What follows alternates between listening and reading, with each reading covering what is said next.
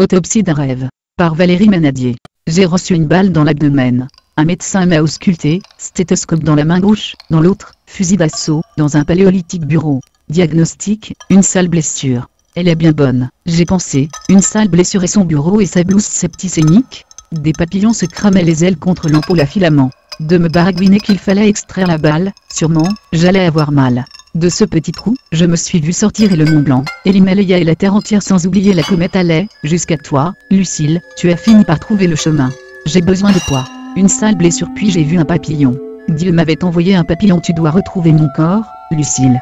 D'une chiquenaude, le soldat Toubib m'a placé sur un brancard dans un couloir. Le diable était là, tapis. Il pleut des obus là-bas, tous les jours, tu entends, tous les jours.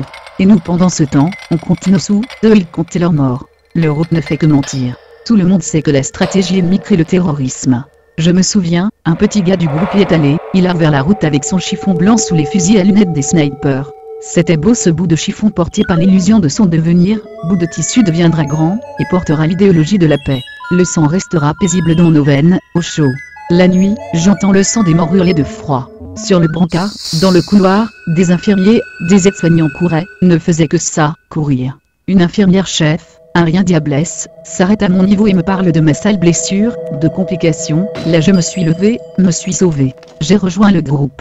Je me suis faufilé en silence dans les marches, tous arboraient un brassard blanc choyant découpé dans le manteau sacrifié de l'une d'entre nous. Pour tout avouer, je redoutais le ruban de deuil. Je le sentais pousser sur le bras de ma mère. J'aurais voulu lui arracher ce bras. Je me suis senti ralentir, je me suis appuyé contre un mur, lequel mur s'est ouvert derrière moi, mon souffle s'est coincé dans ma gorge, une purée de poids incroyable a surgi, comme souvent en ce moment, tu as remarqué? Enfin, ma pauvre tête se secouait en signe d'affirmation.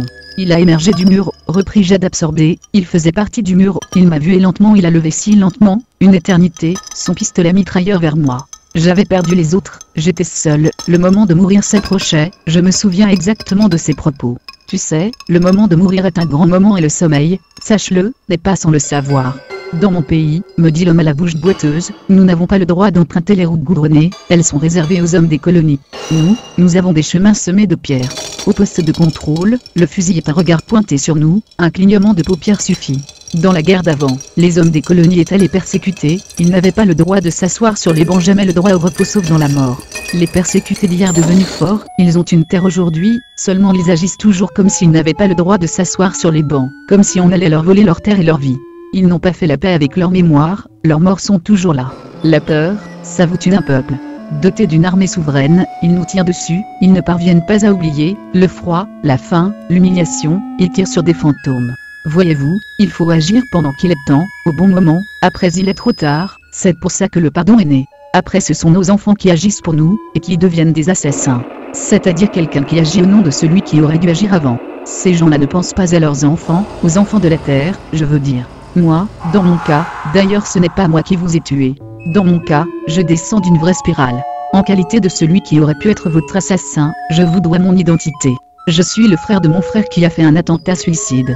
Il avait 13 ans. Ce que vous ignorez, c'est que mon frère a tué aussi sa famille, lui ne l'ignorait pas, car la loi veut que la maison de l'auteur d'un attentat suicide soit détruite. La loi stipule encore que plus jamais sa famille n'aura le droit de quitter le pays, de se déplacer d'une ville à une autre, de rendre visite à ses proches en prison, car tous nous avons quelqu'un en prison. Nous sommes 1,5 million dans 360 km². Et pourquoi mon frère a fait ça? Parce qu'il a vu un avion larguer sa bombe d'une tonne sur un marché. 16 enfants sont morts. Parmi les 16, notre petite sœur. Les chiffres, c'est de la bonne désincarnation. Si vous le permettez, je vais vous citer les dernières estimations de leur dernière attaque nommée « Opération Plomb Durci ». De notre côté, femmes, enfants, vieillards sans distinction, 1400 morts contre 50 blessés de leur côté. Et vous voudriez que je ne devienne pas un assassin? Mais dites-moi un peu, c'est qui l'assassin dans l'histoire? Vous qui laissez faire? Moi? Répondez à ma question, madame, s'il vous plaît. Qui, à mesure qu'elle racontait, Jade se mordillait les doigts, les lèvres, à peine dans le poignet, puis se mâchouillait tranquillement l'index par le milieu, comme s'il s'agissait d'un vulgaire os à sucer. Enfin, elle scrutait attentivement l'empreinte de ses dents sur sa peau, preuve irréfutable de son existence. Pour arrêter de mourir, elle usait de ce stratagème. J'avais donc bien vu sans vouloir le voir, son corps était recouvert de marques abstraites. Une idée absurde me vint, et si j'étais morte? Aussi absurde que cela puisse paraître, repris Jade au moment où moi-même je me disais absurdement que j'étais peut-être morte, je comprenais mon assassin qui n'était pas mon assassin, et je l'aimais. Ce n'est pas comme de mourir dans un stupide accident de voiture. Tu me diras, toi, t'es entre deux, ni mort ni vivante, tu stagnes en plein coma.